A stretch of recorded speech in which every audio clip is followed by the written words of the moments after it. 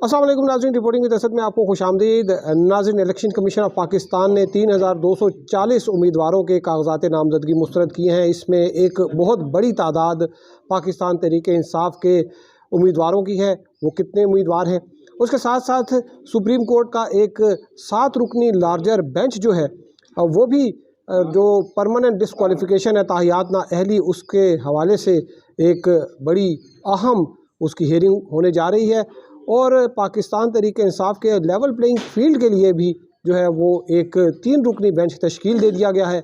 और साथ साथ इलेक्शन जो ट्रिब्यूनल्स हैं उसमें जो ये इतनी बड़ी तादाद में अरकान के उम्मीदवारों के जो कागजात नामजदगी मुस्तरद हुए हैं, उस हवाले से भी जो ये उम्मीद की जा रही है कि जो ज़्यादा तादाद है वो कागजात नामजदगी शायद वो बहाल हो जाए। इसकी हम आपको तफसीलात बताएंगे, लेकिन अभी तक अगर आपने channel reporting with Asad subscribe नहीं किया तो चैनल ज़रूर सब्सक्राइब कीजिए। नाज़रीन, ये जो इलेक्शन कमीशन ऑफ पाकिस्तान ने कागजात नामजदगी के हवाले से एक जो फहरिस्त जारी की, उसमें के मुताबिक जो कुल जो है वो 3240 जो लोग हैं उनको जो है वो उनके कागजात नामजदगी मुस्तरद हुए हैं। उसमें पाकिस्तान तहरीक इंसाफ के बानी जो हैं इमरान ख़ान, उनके भी हैं कागजात। उसमें जो पाकिस्तान मुस्लिम लीग नून के जो है वो बहुत कम लोगों के हैं। और इसमें जो बड़ी तादाद वो PTI के लोगों की है। इसके साथ साथ कुछ जो है वो पाकिस्तान पीपल्स पार्टी के भी हैं। और जो ये एक पाकिस्तान तहरीक इंसाफ का जो है वो उन्होंने एक जो अभी तक इंफॉर्मेशन कलेक्ट की है उसके मुताबिक तकरीबन 2200 जो उम्मीदवार हैं जो कि पाकिस्तान तहरीक इंसाफ के उम्मीदवार थे, ये 3240 में से 2200 जो हैं वो उनका ताल्लुक़ जो है वो PTI के साथ था। उनके कागजात नामजदगी जो है वो मुस्तरद हुए हैं।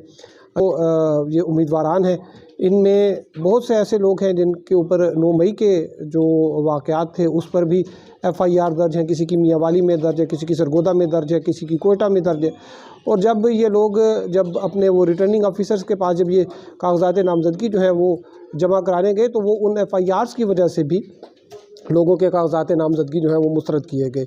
और अब जो है वो ये इनकी सूरत हाल है कि जो रिटर्निंग ऑफिसर थे जो कि जुडिशरी से नहीं थे, उन्होंने ये मुस्तरद किए हैं। PTI ने एक दरख्वास्त दी थी लाहौर हाई कोर्ट में, और लाहौर हाई कोर्ट ने वो ये रिटर्निंग ऑफिसर्स की जो अपॉइंटमेंट है उसके हवाले से एक स्टे आर्डर भी जारी किया था।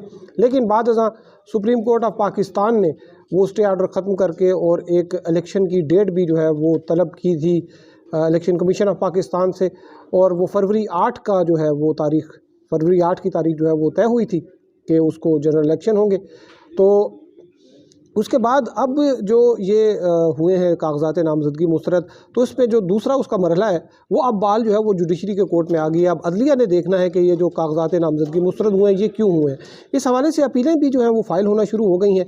आज इस्लामाबाद में भी जो है वो 3 अपीलें फ़ाइल हुई, और पंजाब के भी मुख्तलिफ़ शहरों से जो है वो लोगों ने जो लाहौर हाई कोर्ट के जो ट्रिब्यूनल्स थे वहाँ पर गए, और सिंध में भी जो है वो ट्रिब्यूनल्स बने गए हैं।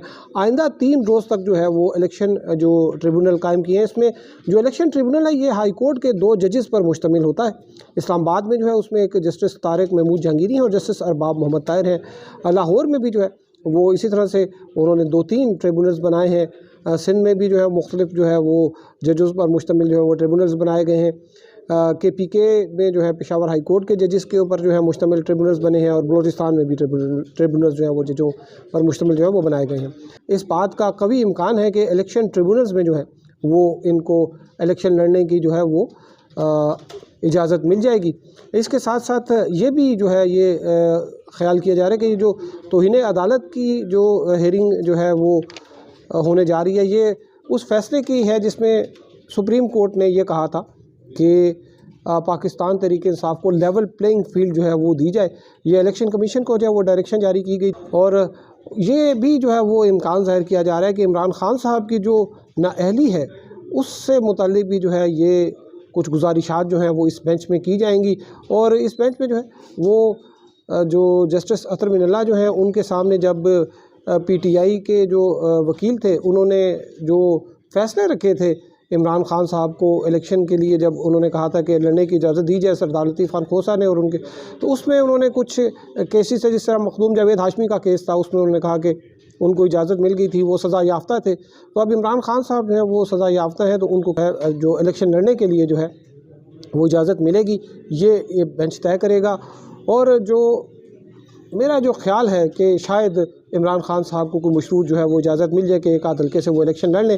لیکن اس کے ساتھ ساتھ جو ایک اور کیس ہے جو کہ تاحیات نااہلی سے متعلق ہے، اس پر بھی جو ہے وہ ایک 7 رکنی جو ہے لارجر بینچ وہ تشکیل دیا گیا ہے۔ اب یہ جو 7 رکنی لارجر بینچ ہے یہ طے کرے گا کہ جو تاحیات نااہلی کا حکم آیا تھا وہ کیا اپلیکیبل ہوگا۔ ابھی وہ لوگ جو کہ تاحیات جن کو نااہل قرار دیا گیا تھا، اس میں ایک نواز شریف صاحب بھی ہیں اور جہانگیر ترین صاحب بھی ہیں۔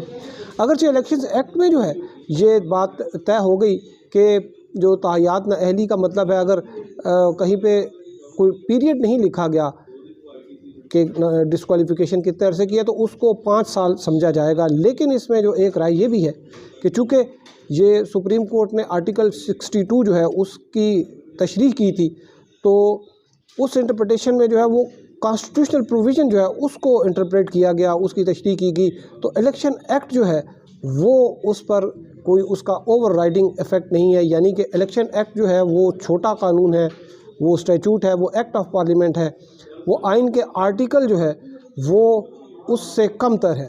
تو آئین کی جو آرٹیکل ہے اس پر الیکشن ایکٹ کا جو ہے وہ اطلاق نہیں ہوگا۔